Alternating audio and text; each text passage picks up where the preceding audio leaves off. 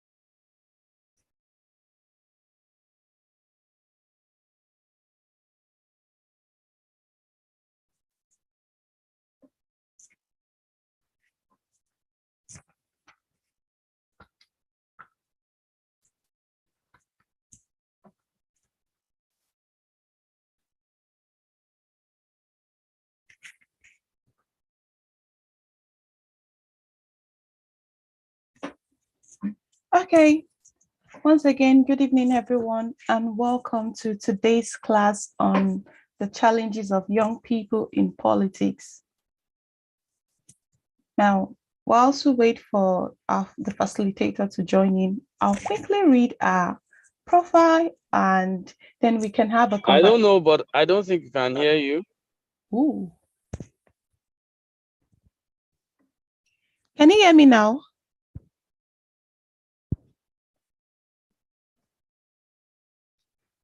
Okay, thank you. ED, other participants said they can hear me. Okay, thank you very much. So like I was saying, I'll quickly go through a short bio and then we'll have a very brief conversation before she joins in. I guess she's having some network issues. Now, Hello, Lillian. yes, ED. Yes, I can hear you. Hello, good day, Lillian. Okay, you can hear loud and clear. Okay, I couldn't hear. Oh, sorry about that. So our facilitator for today is Miss Risola Abiola, and she's a young politician, communication specialist, and government relations professional. She's an advocate for gender equity and youth inclusion in governance. And she works at the intersection of politics and civil society to promote enhanced representation for marginalized groups in decision-making structures. Ms. Abiola was once a special assistant on media, to the former Speaker of the House of Representatives, Honorable Yakubu Dogara. She also served on the Board of Trustees of the governing All Progressive Congress from 2014 to 2018. And in 2022, she contested for the position of National Youth Leader at the APC's National Convention, the first woman to do so since the formation of the party. Amazingly, Ms. Risola is a UN Women Intergenerational Mentee. That is, she's one of the young Nigerian women choosing to carry out advocacy regarding meeting goals outlined in the Beijing Platform for Action. And she also once served on the advisory board of the World Youth Movement for Democracy.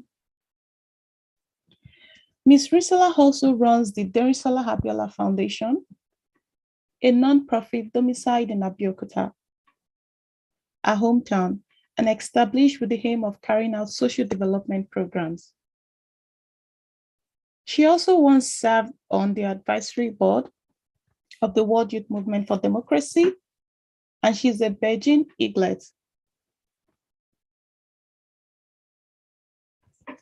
So that's the brief bio of Ms. Risola Abiola. Now, whilst we wait for her to join in, definitely will let us know. Today's topic is really an interesting one. And as we all know, most of us here, we are all young people. Now, we all go through challenges, especially when we want to get involved in politics in a country like ours. Now, I would open the floor for everyone, but however, we already know today's topic, challenges of young people in politics now. And I'm very sure we would have done our readings, might not have done our readings, but it's something we know, it's something we've seen, it's something we've joined platforms, discussions on Zoom, and even physical events. What are the challenges you as an individual, and not young people in general in Nigeria, but you as an individual, you are facing or you will likely face if you want to get involved in politics, either supporting a candidate or even joining a political party or even standing up as an aspirant? What are the challenges you would likely face? Lillian, I just spoke with the facilitator. She's a little under a little pressure. Just go on, but trying to set up and get everything. So Okay. I think challenges young people is in politics. I think the first will be ignorance. So we have a class of 435 receiving almost free education, and only 29 people are in the class. Now, I'm going to say something. Maureen, these 29 that are in the class, give them extra 5 points, and those that are not in the class take out 10 points in attendance. I think the ignorance of young people in politics is massive.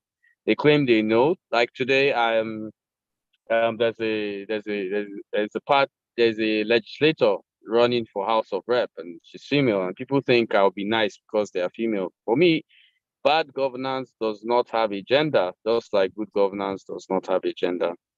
And she wrote on, puts she wants to be obedient, so she's in another party, so puts Peter Obi while her party has the presidential candidate, and she put it publicly. And to show how uneducated Nigerians are, it has 10,000 likes and about 3,500 retweets.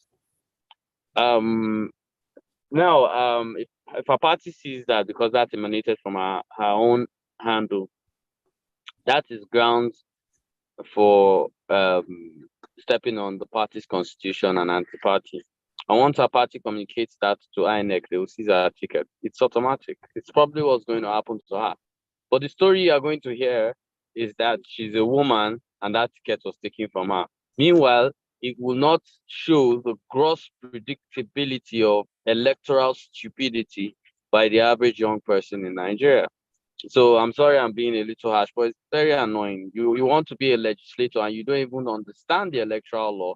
You've not even gone down into your small what they call it, your small party constitution. So which law do you want to go and make in Abuja? I don't understand. Which law are you going to make in Abuja? What are you exactly going to try to tell people? No, we are young. Hey, we're going to enter. Oh, female, I bought form half price and carried half your sense away with it. So, your hand, yes, Vitaziki is right. We hear they are oppressing her because she's obedient. Those are the kind of, very unintelligent thoughts that, you get to hear. And you just accept the fact you're doing a very wrong thing. Trust me, if you did this in America, it won't even reach Twitter. You'll be out of a party and without a ticket before it has you've reached 4 likes. But we tolerate gross craze here, and we think it's kind of fine. Anyway, I'm guessing let's open the floor. Like I said, everybody that was here, that has been here, we're 32 now. That's not my business. I stated clearly at 29, and I hope Maureen has noted that at 29, get exactly those people at 29, add 5 for them, and then subtract 10. I've looked at a few names, so if I see a few people that pass with some funny marks and it's not clear, I'll personally subtract 10. Maureen, please note that. I noted a few names. I'll personally subtract 10 myself. Anyway, let's keep the conversation open. Eat out. Thank you so much, Edie. Well, the floor is open for everyone to drop in what they think. As stated earlier, the challenges you might be facing. Edie has done the usual. So the floor is open for us.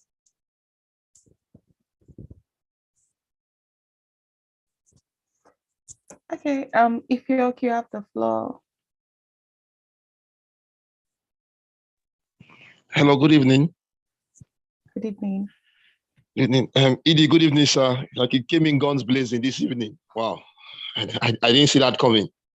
Well, thank you for the 5 marks. Or is it 10? I don't know which one I'm getting in advance. I'll say thank you for that. I'm glad I logged in early today. Well, challenge of being a young person. I've not been very active in politics, but what I see, it's more cultural, social cultural. Once you enter any gathering as a young person, they're already looking at you like your knowledge is inferior. We have this thing in Africa. I think one of the problems of Africa is that gray hair is equated with wisdom.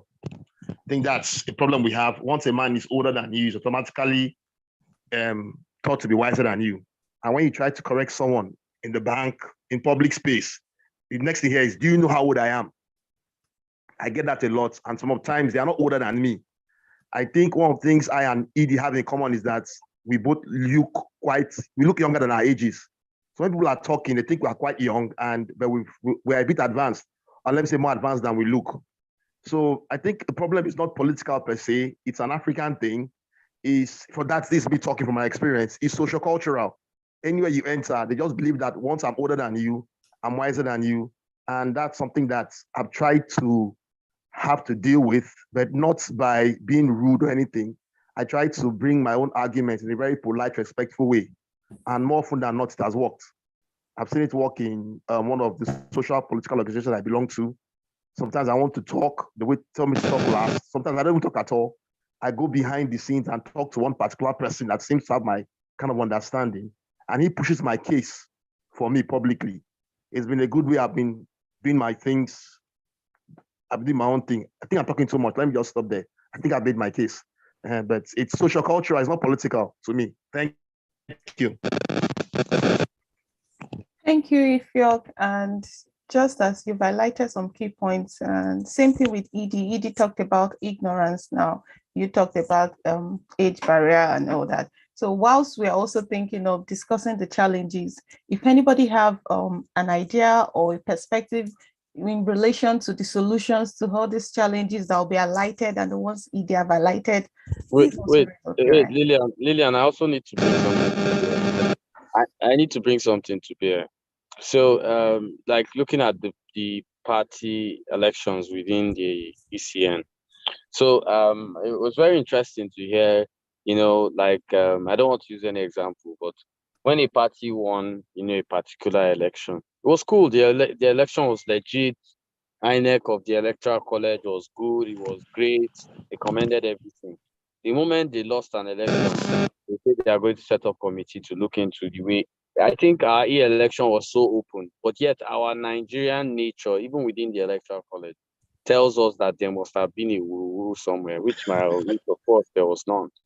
But you see, we started setting up committees. Some people want to attack area members in another political party, vice versa. This one. See, I'll tell you something. In real life, anybody votes for anybody. You will see people in Labour Party, they will vote for APC. People in APC will vote for Labour Party. People in PDP will vote for APC. People in PDP will vote for Labour Party, NRM, PP. It happens. That's basic politics, and that's allowed. If you understood the game, why didn't you rein in your own party? But young people, I think the biggest challenge for me, without jumping into Sola's class, biggest challenge for me is that they've mortgaged their responsibilities as citizens, as people that are aspiring for office. They just feel it's good enough to say, I'm young. You're young, so what? You're young, and I don't understand. You're young.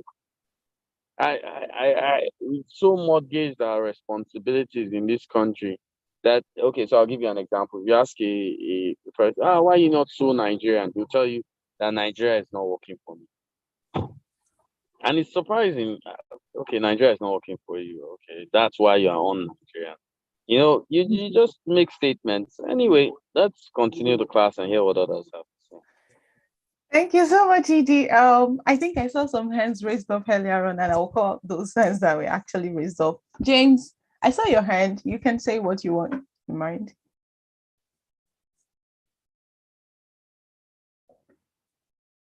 Yes, I'll check the comment section. And James Alorundari.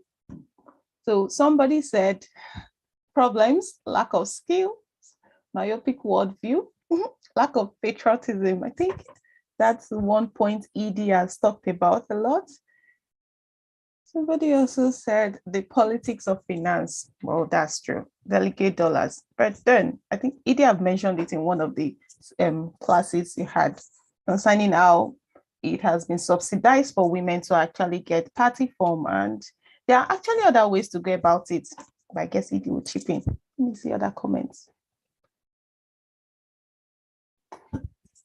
Somebody also highlighted, Yakubu highlighted one of the points Edie talked about on ignorance.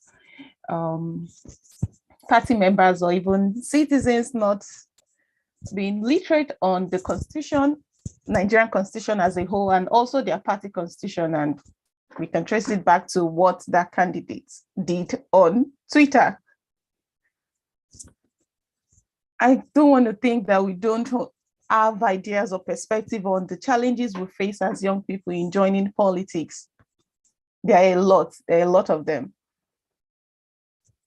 I think, well, this might not be a challenge actually, but let me just chip it in. Somebody might have encountered it.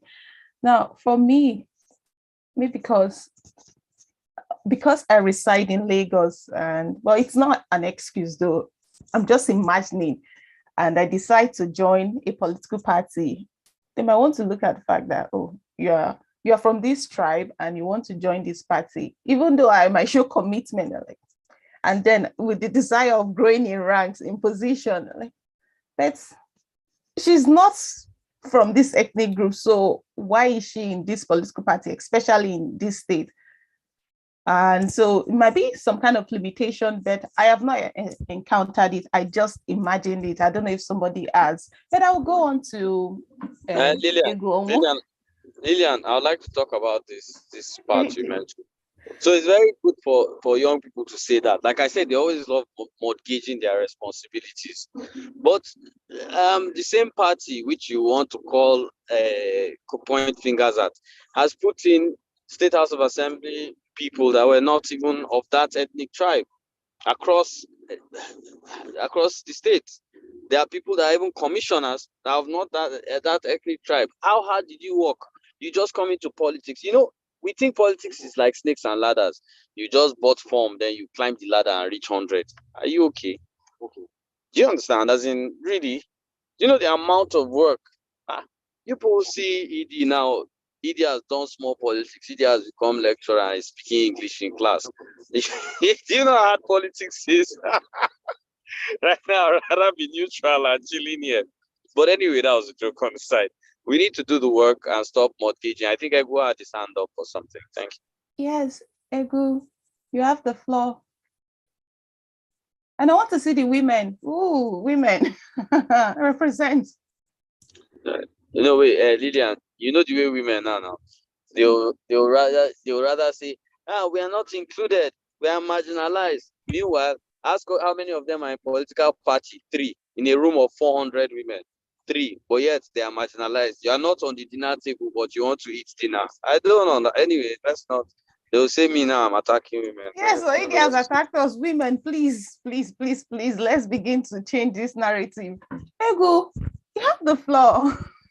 Okay, whilst we wait for Ego to decide.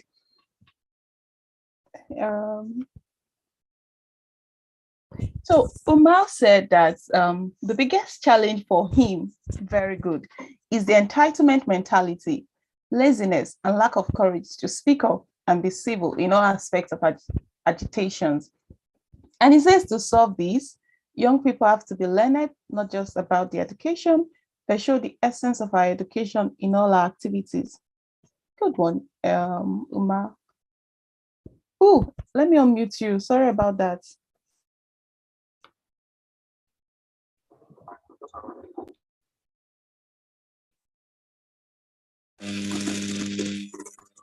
All right. Thank you very much for the opportunity. Okay. Everybody has spoken well. This is what one challenge. Well, for me, I want to say the majority of us do not understand the dynamics of Nigerian politics. By dynamics, I mean if you interact with the majority of us, we are kind of poor in the political history of Nigeria. If you understand Nigeria from history, you understand that it's like a circle. It's like 1960, you come to 1983, you come to 1993. So it's like a circle, and there are vital things in that history that would help whatever agitation, whatever revolutionary mindset you have. I mean, just studying what those guys did January 15, 1966, is a big lesson for any youth that is interested in doing that.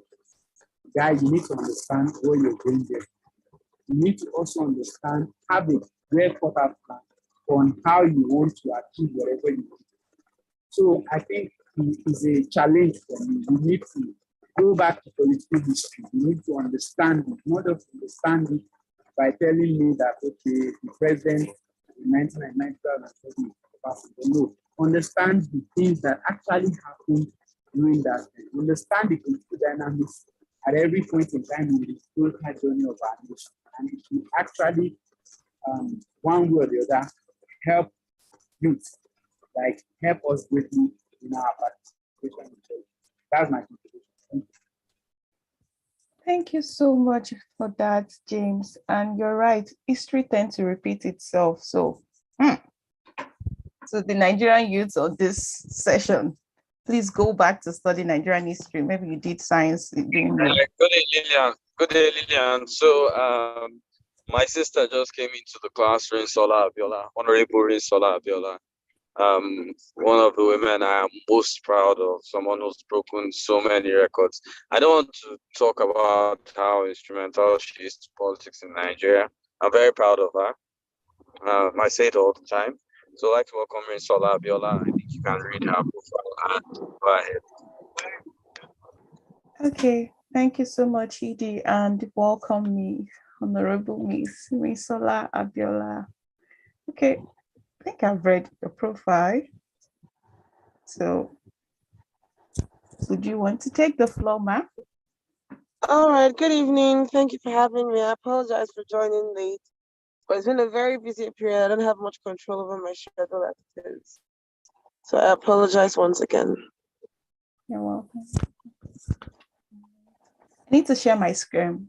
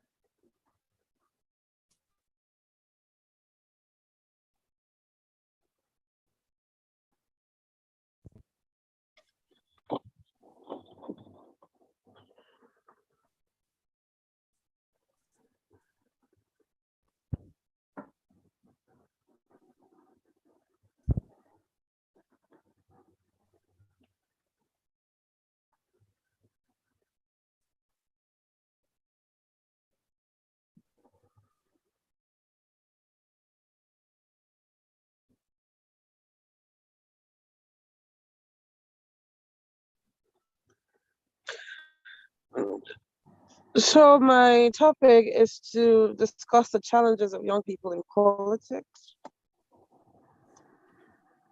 And I'll be using the projection from the co-host since she has the presentation already.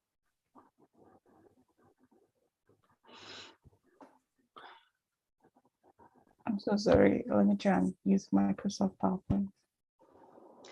It's all right.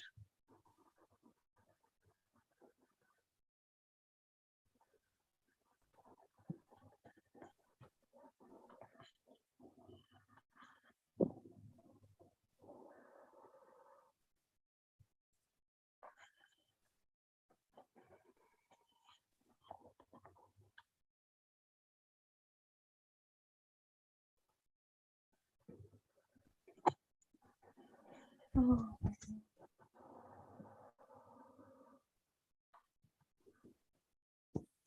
I don't know. Is it possible you go ahead, Ma? Everything is just hanging and taking a lot of Okay, so hold on. Let me try pulling it up on my end. time. Okay.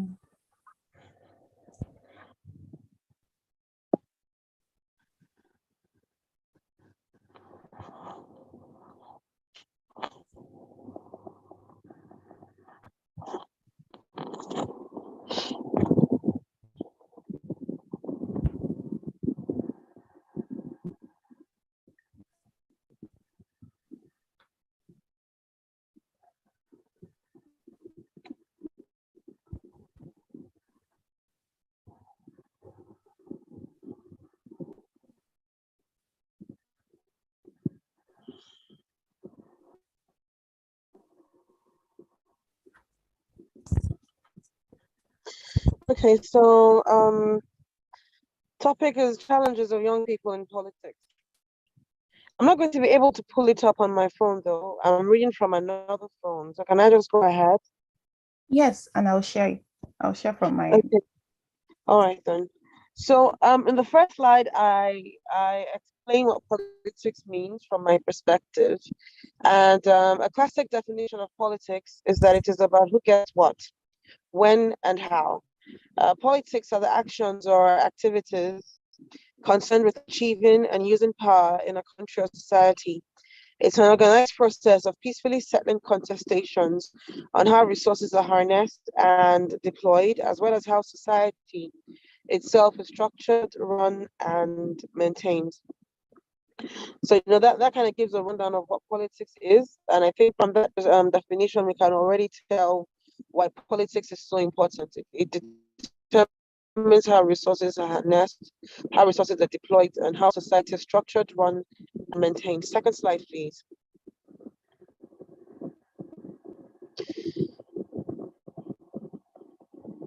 Politics and representation.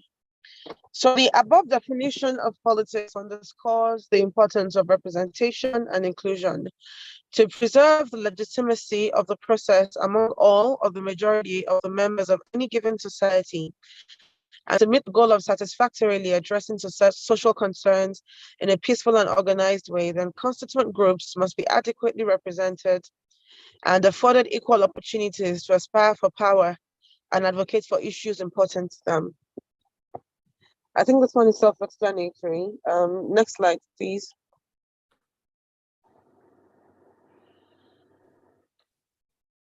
And who is a youth? According to the Commonwealth, youths are persons aged between 15 and 29. In Nigeria, youths are people within the 18 to 35 age brackets, and within political circles, youth is often used to refer to relatively young politicians, some of whom are closer to 50 than 35.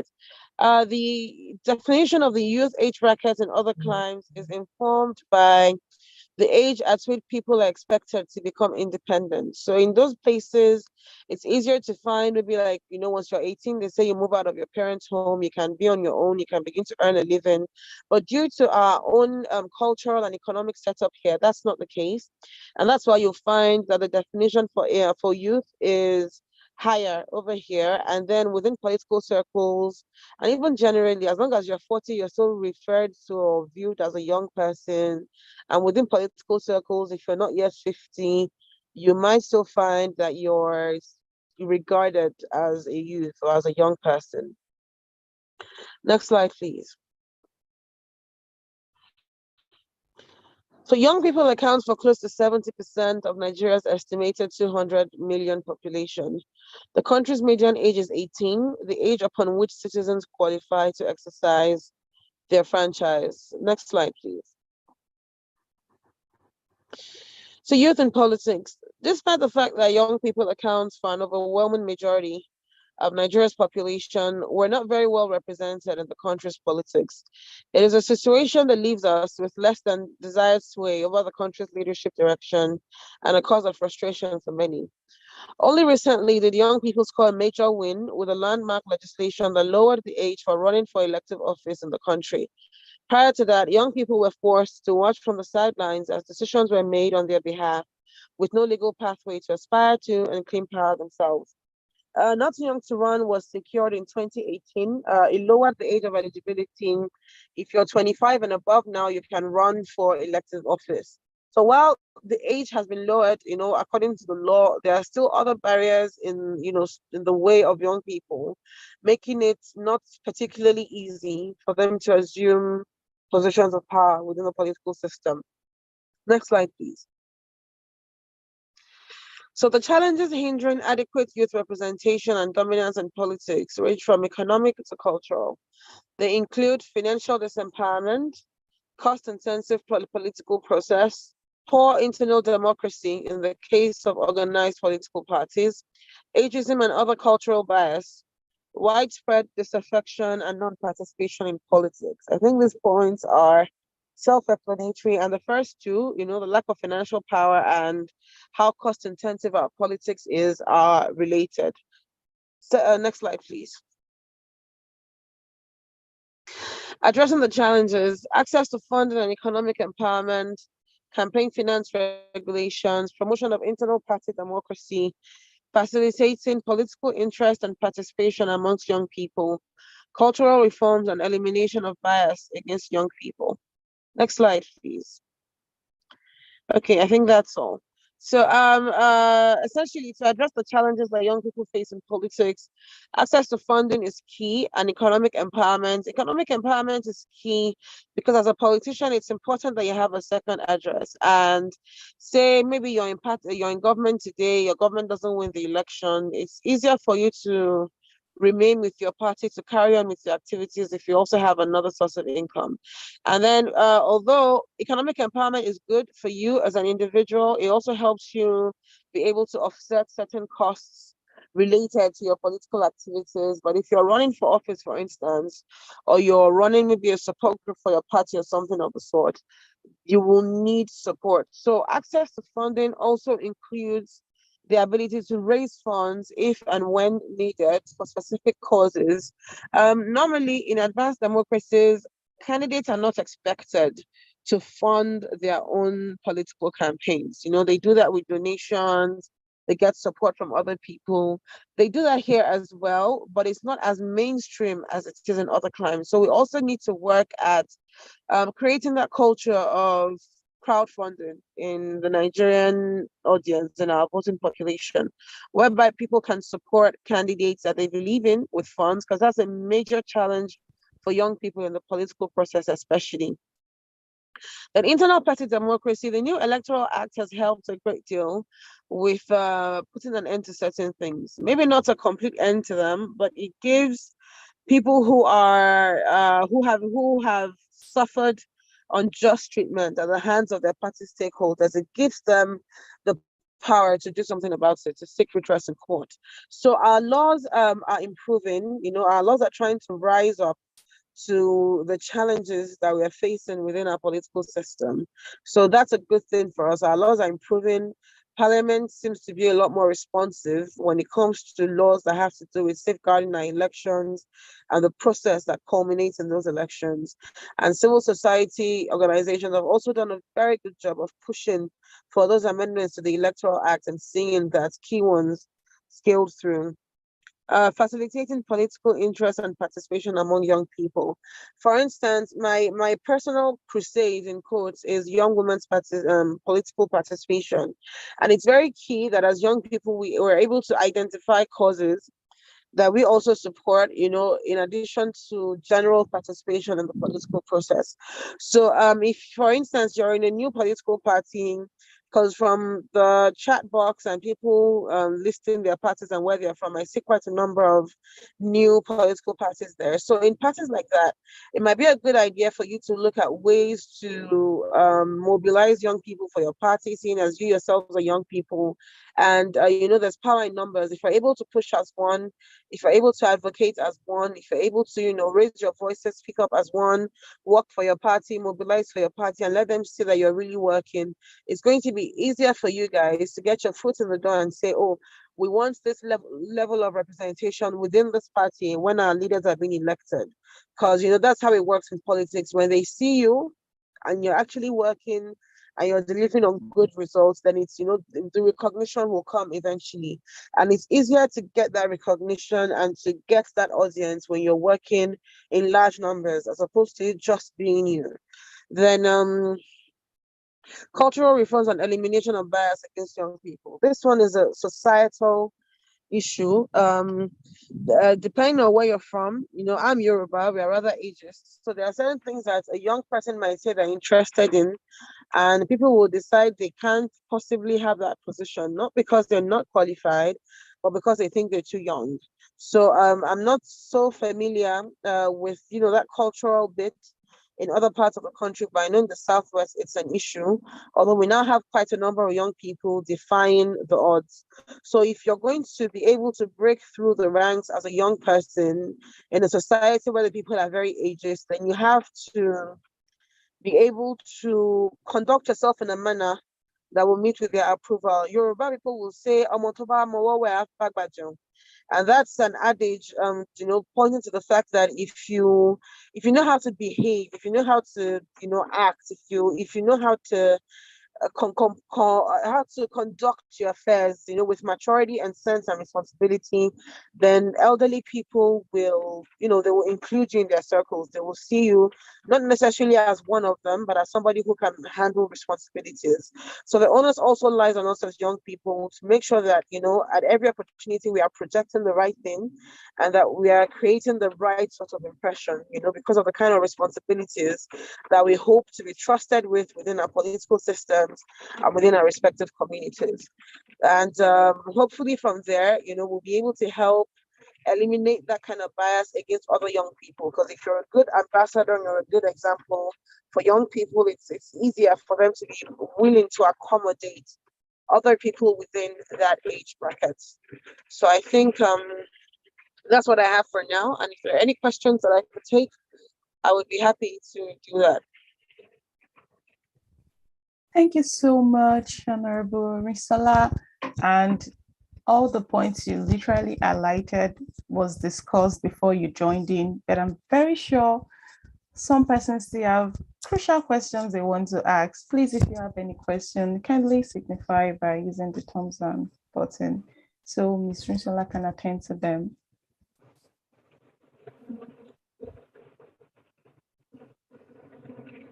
Billy, you have the floor.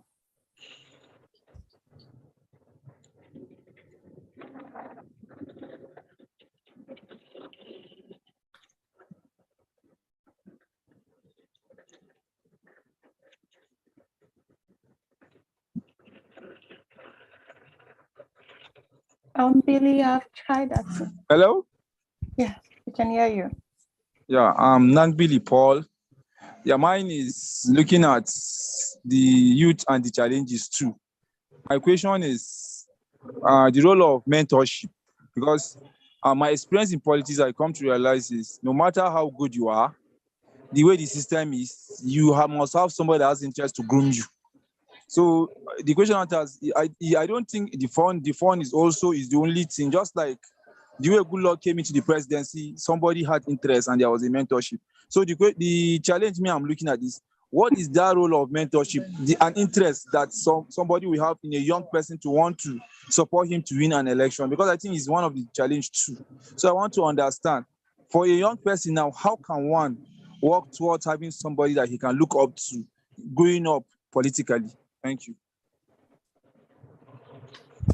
Okay, that's a very good question, actually. And mentorship in politics is just as important as mentorship in every other career field, whether it's banking, whether in academics, whether in writing, whatever it is, we all need mentors, when we're starting out and even after we found our footing in our respective fields of endeavor. Now, in politics, I made a point earlier about young people and conducting yourself in such a manner that older people think you're worthy of the kind of responsibilities that you want to have. So when the capacity is there, the competence is there, it's easier for somebody to be willing to take you under their wing, when they believe that you actually do have, like, say, they believe you're a good material and that, you fit into, it's like if you want to hire somebody into an organization, you check for cultural fit to be sure that they can actually cope within that system, to be sure that they're the kind of material that you want. So also in attracting a mentor or seeking out someone to mentor you, it's very key that you have something to offer, something valuable that they would appreciate. And we find a lot of young people are approaching people for mentorship. They just meet somebody and they go, "Oh, be my mentor."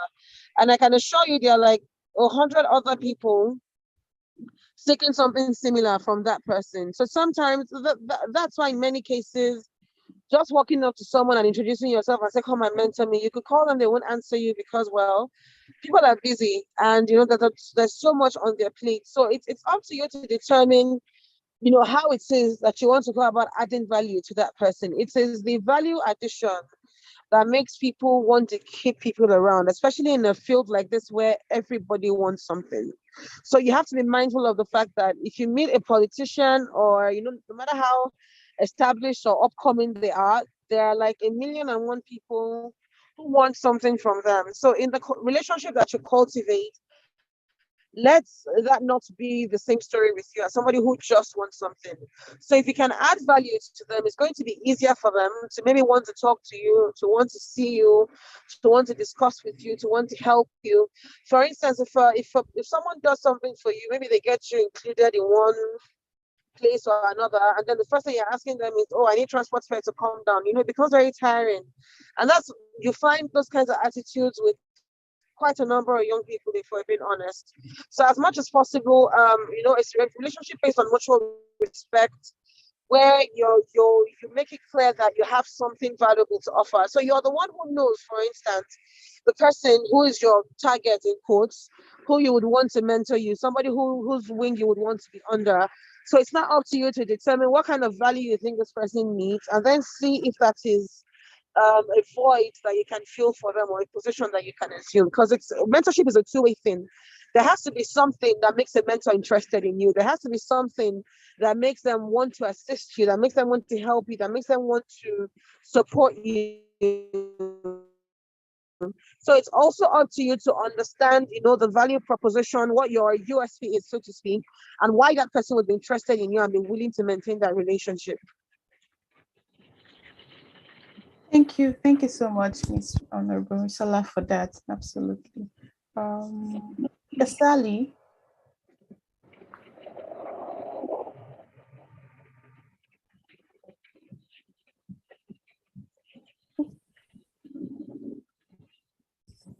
So Kasali had his hands raised. I can't seem to find him again. Okay, Chukuka, you have the floor. Please ask your question and be brief. Yeah, thank you. I just wanted to ask, how do people who are part of a political party begin to address some things that they encounter personally? Like, for example, myself, I'm a member of a political party, and I keep getting this kind of, should I say, tribalistic vibe from members of the party. Many times, a lot of times. The most recent one was on Wednesday. We're at a function and they needed volunteers to take charge of certain things. I volunteered, and immediately I introduced myself. The room changed, and when I was done, about 7 people boxed me in a corner. And the question they asked me was strange. One said, "We want to be sure if you are voting for our daddy." And I said, "I do not understand." And then he said, "No, we want to be sure that you are voting for our own daddy and not your person from the other side." So I keep getting this kind of vibe from them. On another occasion, one has said to me openly, "Look, there's nothing for you here. When you are just here to learn. When you are done," and we ask me, "Where are you from?" When I tell you, say, "And you go back to your place." You go back to your, those kind of comments, those kind of passes. And so I want to ask, how can someone begin to, because my best I've tried at handling this thing, not to create a scene, not to get confrontational. I give smart answers, politically correct answers. Sometimes I ignore. So how can someone begin to deal with this kind of things when they come up at party functions? That's my question. So, Chukwuka, I'm very sorry about that experience. But I would say that tribalism is an issue that quite a number of us experience in different settings, for different reasons, best known to those who engaged in it. I would like to say very directly and unequivocally that it is wrong. Such attitudes are not acceptable. It's not in line with the kind of country that we hope to have and that we hope to build. On a personal level, I think just, it's up to you to always remember when challenges like this come up, why have you joined this party? What is it about the party that made you join the party? Is it about the people and those experiences you've had? Or is it, something particular about that party or about your candidate or about another person within that party, that drew you to that party in the first place to be there? And once you're able to answer that question, then you'll know whether staying there and, sticking it out is worth it, or whether you can bear the abuse. And for me, I would say that when it comes to political party systems, although it's not tribalism this time, but for those of us who are women, we also tend to experience sexism within party systems, in fact, within every system. And then, because we have always had to deal with that, we've learned to just deal with it. We know how to respond to it when it happens. We know how to, manage certain people who we know have anti-women tendencies, when to call them out on it, when to tell them, look, you have to stop this, it's unacceptable. I think it's also key that you begin to stand up for yourself when you feel like you're being harassed like that. It is wrong. It is completely reprehensible behavior, and it's not okay that anybody is speaking to you in that manner. You have freedom of association as a Nigerian to join any political party you want, to support any candidate you want. And if you have made your choice, then you are within your rights to have that choice. And it's not okay for people to question you based on that choice, by virtue of where you're from. It's wrong. I think it's very key that you make that abundantly clear. And well, for me, things like that I tackle head on. If I had been at that event, I would have made it very clear that I was not comfortable with the kind of treatment that was being meted out to me. And this is a political party system. Politics is a game of numbers. We need everybody. So when people make comments like that to you, I encourage you to stand up for yourself and to make it absolutely clear that it's not okay. What we allow is what will continue. If you make it clear that you will absolutely not have that kind of behavior, meted out at you, I believe they will stop. Just make it very clear that you won't have it, that it's wrong, that you wouldn't treat them that way, you wouldn't speak to them in that manner. And it's not right that they speak to you in that manner, or that they make unfair generalizations about you and your loyalty to the party. And if you didn't want to be there, you wouldn't be there. So the fact that you're there means that you're committed, and it's not up to any of them to question your choice or to begin to interrogate you about it. Because I feel like you also need to push back, and you also need to speak up for yourself. Because sometimes diplomacy is not really the best way to handle these things. If you don't tell people a very clear no, and you don't tell them to stop very clearly, they're not going to know that what they're doing is wrong. And it sometimes takes confronting people about their prejudices for them to understand just how ridiculous their behavior is. So I'm extremely sorry that you've been subjected to that kind of treatment. And I hope that someday you find the courage to stand up for yourself and put an end to it.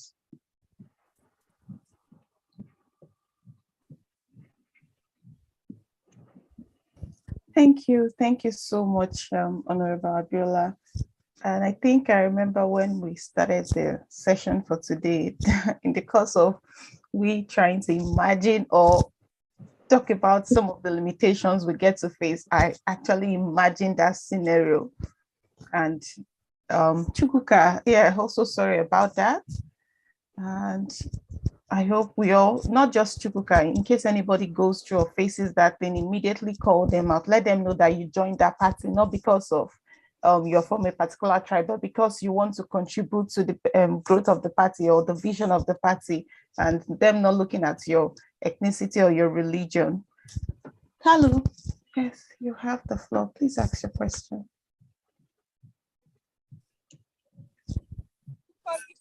My question is, you know that there is a challenge with youth involvement in politics, and most of them has to do with funding, finance, because we all know how costly politics in Nigeria can be. You know, so an ordinary, a small, maybe faculty, you know how much you have to go. Whenever somebody sees you filing for a position, women, you're a money back. So how do you tackle that challenge of finance? I believe that's what draws most youth out of politics. How do you tackle such? So when it comes to the issue of money, be very firm, because I'll tell you, if you like, spend all the money you have and go and borrow and give them. It doesn't change anything. So as much as possible, when Nigerians say somebody is responsible, it means they are spending money when they're supposed to. So yes, be a responsible party member, contribute what you have to the party when you have to, but don't let anybody make you into a meal ticket or a fool or anything, because they will collect that money, and at the end of the day, you still won't get what you're looking for. So you have to be wise and you have to be prudent. And you also have to prioritize yourself and your own needs. You have to prioritize community development, just apart from supporting the party when you can. So do whatever it is that you can afford to for the party itself, but have a limit. Maybe if you decide, oh, I don't want to spend more than 200,000 a month on anything party, have a budget, have a limit, and don't do it all the time. Don't do it only when necessary. Do you understand? Maybe you're trying to get a new party for your office, members should chip in. You can do that, that's fine. If they need equipment, you can do that. You want to buy motorcycles for your ward canvassers, you can contribute to that effort, but be careful, right? So that nobody begins to treat you like a meal ticket or anything. So just be firm. Wisdom is profitable to direct. Just be very firm. Know when to give and know when to say you don't have. You don't have, you don't have. Nobody's going to do anything about it. They can't force you to give. They can't expel you for not giving. And be very careful, because politicians, all of them, there are people who don't really have jobs outside of, the local politics they do. So they get their sustenance from taxing different people like that. So just be careful, so nobody is hustling you. Don't give except you think it's as important to do so. You have to be very firm and you have to be very prudent. And you have to understand that, if there are lots of people who are not honest within the party system. So don't let them take you for a ride. Thank you very much for that, ma'am. Sharon, please ask your question.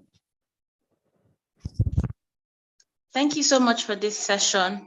So I wanted to ask what your thoughts are about how early people should start getting politically aware. I don't know if you would feel comfortable sharing if your family history and background contributed to the passion that you have for politics and making a change, and if that is something we need to start looking into, getting people more interested very early, which helps them, make the right decisions that will put them on the track to making change later on in life. Thank you. So, if I'm looking at my family background, our story was a very tragic one. So it definitely was not something that encouraged me to join politics per se. It encouraged me, or it inspired me to advocate for good governance, because I started with youth advocacy and good governance advocacy and stuff, not politics itself. But it was not the reason I joined politics, because my own father died in the pursuit of his mandate. So as I said earlier, it's a very tragic story. It may have made me more conscious of what's going on. It may have made me more passionate about our democracy. Like, look, people actually died for this thing, and we can't just let people continue to run the country aground. So, it inspired my leanings towards advocacy. But politics eventually came after much encouragement and pushing and prodding by people that I met, during my advocacy time, how they talked about the fact that, oh, we think you'll be better off doing actual politics than just, doing all this youth activism, because they think, there's only so much you can achieve as an individual, as opposed to if you're able to influence policy, or if God willing, you're able to achieve a position of authority someday, you can make laws, you can design policies, you can make things happen for a lot of people. So actual political participation took a lot of encouragement from those people, many of whom I still regard as mentors to this day. But yes, early being politically attuned early by virtue of the family I was from, led to the advocacy, which then led to the politics. So I would say yes, I actually did have a role to play, but it's not what directly informed my decision to join politics. And if you notice, my father had quite a number of children. There are well over 50 of us, but there aren't many of us who are actually politically active, like directly in politics itself. So again, just to explain that it's not necessarily the background per se that has informed my decision to join politics. Yet I think it's very key that we create a consciousness in children, very young. I remember when I was younger, I was interested in things like it was still called the Organization of African Unity then. Things like that used to interest me. Or what do they do? What are they up to? What do they talk about? Or you mean all the different heads of state, they gather and they discuss issues. My young mind could not really comprehend the extent of it, but I was interested in concepts and ideas like that. And what I've been able to do as well, thanks to God, is my niece, for instance, she knows what politics is. She knows what it entails by virtue of my participation and the fact that I talk to her about my activities. So as much as possible, it's important that we carry our younger ones along, expose them to political content, discuss politics around them, especially if we have facts, so that they can also learn to be factual in their analysis, discuss politics around them, explain how politics, affects different things, and do it in an age appropriate manner. So, it helps when we do that. They're more likely to grow up to want to be involved in politics. My niece came back from school one day. There's this career day that they do in schools these days. I think primary schools mostly. And my niece came back from school and she was like, oh, that she was so disappointed that nobody came saying, I want to be a politician in future. And that really troubled her. And the only reason she could feel that way was because she has an aunt who is very deeply involved in politics, who is always at home and talking about it, who she sees on TV. Like when she was in primary school, she would go on TV and then they would say, oh, we saw your aunt on the news. And she was like, yes. She was at this conference, at that conference. She actually went with me to a number of events like that, just, as part of exposing her to politics really young. And I think it's something that we should strive to do with our children because it helps to expose them to the possibility of that as they grow older. True.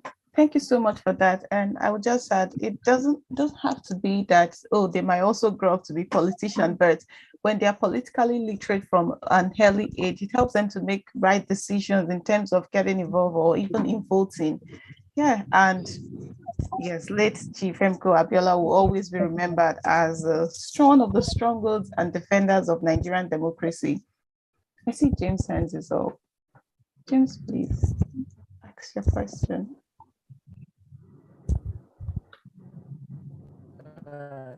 Thank you very much, Ma, for the class.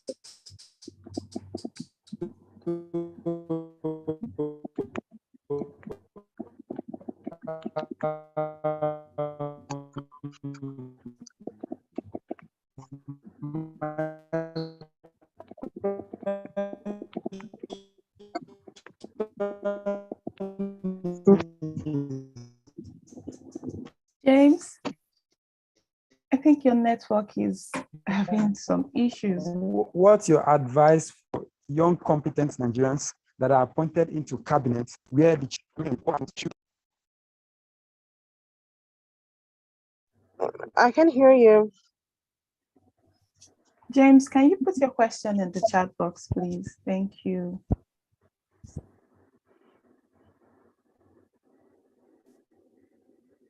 Okay, so whilst we wait for James to put his question in the chat box, yeah, if we have any other question, please let's ask.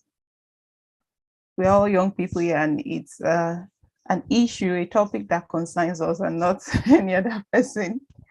So please let us ask her questions here. Or like we've heard from her, she has the experience and a lot of things she has said concerning getting involved. I think the example of Chukwukai's experience was really very touching, and I'm very sure some of us might or will even experience such in the future, even as the 2023 election campaign is ongoing. So I'm here to see James' question in the comment section. I'll pass it on to Ari. James, please drop your question in the comment section. Thank you. Ari, you have the floor. Good evening. Good evening.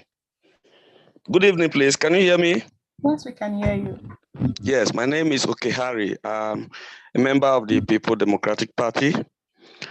I'm talking from Delta State. First of all, I must appreciate you for this insightful class. I actually am an adult, a grown-up adult. From the calculations of youth age and all that, I think I should be more than the age of the one to be addressed as a youth. But beside that, we all serve as youth. Now, my issue is that I still find out that some of the challenges we face as a youth for not doing well in politics is that we, the youth, are not even sincere to ourselves. I find out something like this when an issue came up within a federal ward. Now, there was a power tussle between two leaders, two same leaders. Now, you as a youth, you have the option of taking one as your mentor or the other. But we find out that instead of a particular person to stick to a particular leader, so to say, until this issue of leadership is being resolved, you find out this same person will move from A to B, gather information from A to go and sell to B, gather same information from B to go back to A. So when these two leaders find out that this person does not stick to one person, it's always hard and difficult for such leaders to trust this person, this particular youth. Now, from there, I find out that some of these issues we have in the political system, especially in a political family that belongs to either a particular ward or unit, is also caused by the youth because they don't stick to a particular leader. In such a situations, I think we need to look down into it so that we talk to ourselves as a youth. Because if we don't address this issue on our own, these people will begin to see us as people they don't want to work with. And then we'll begin to blame the leaders or the elders. But the bottom line is that we are the cause of this problem. So I see it as a challenge among us, the youth, for not even going further in politics. Thank you. Okay, thank you, Harry, for that question. And unfortunately, the facilitator, yes, she's out of the meeting. Network issues, obviously. And now, based on your question, a very good point you highlighted, and that is also one the question James was trying to ask due to which we couldn't get here due to his network challenge. Now, I think I would just say this and also open it to everyone whilst we wait for her to join in. And I will say it with reference to James' question. If you've known Edie for long and if you've been in Edie's class, you see where it talks about for God and for country. Now, on the issue of loyalty, if whatever the individual is and whatever information he is giving to one party or the other, as much as that information or whatever it is for the benefit of the country at large, then loyalty to the country should always come first before loyalty to an individual. Okay, so the facilitator is back in. Okay.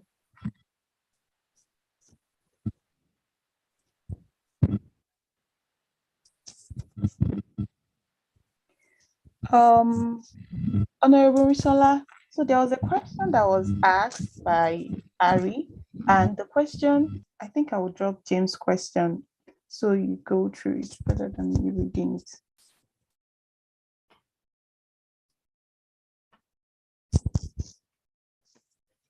So I just dropped James' question, and it's quite similar to that of Harry's question.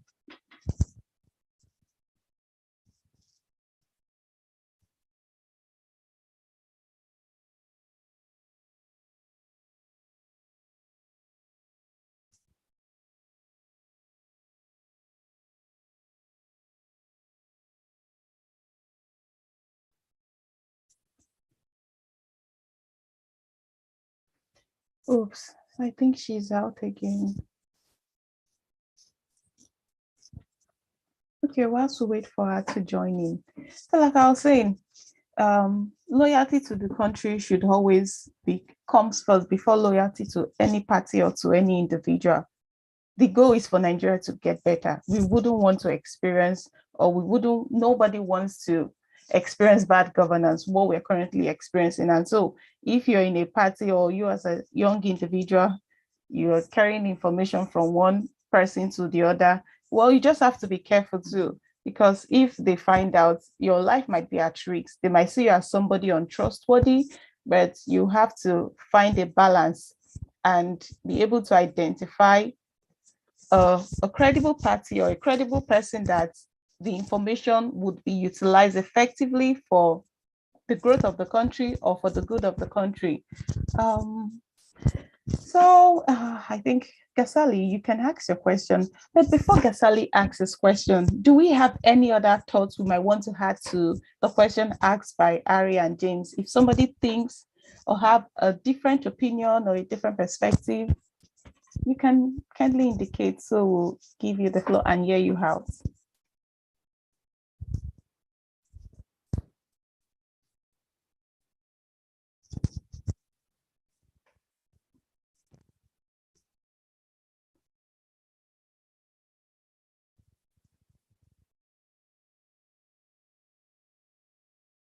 Kalu, do you want to contribute to my response? Not actually. I want to add. I have something I remembered, so I just raised my hand to add to it. Okay, if you want to add, then I think Sally has to go before you because his hand has been hooked. So let's give Kasali the floor. Kasali, Okay. yes, you have the floor. Thank you, Kali.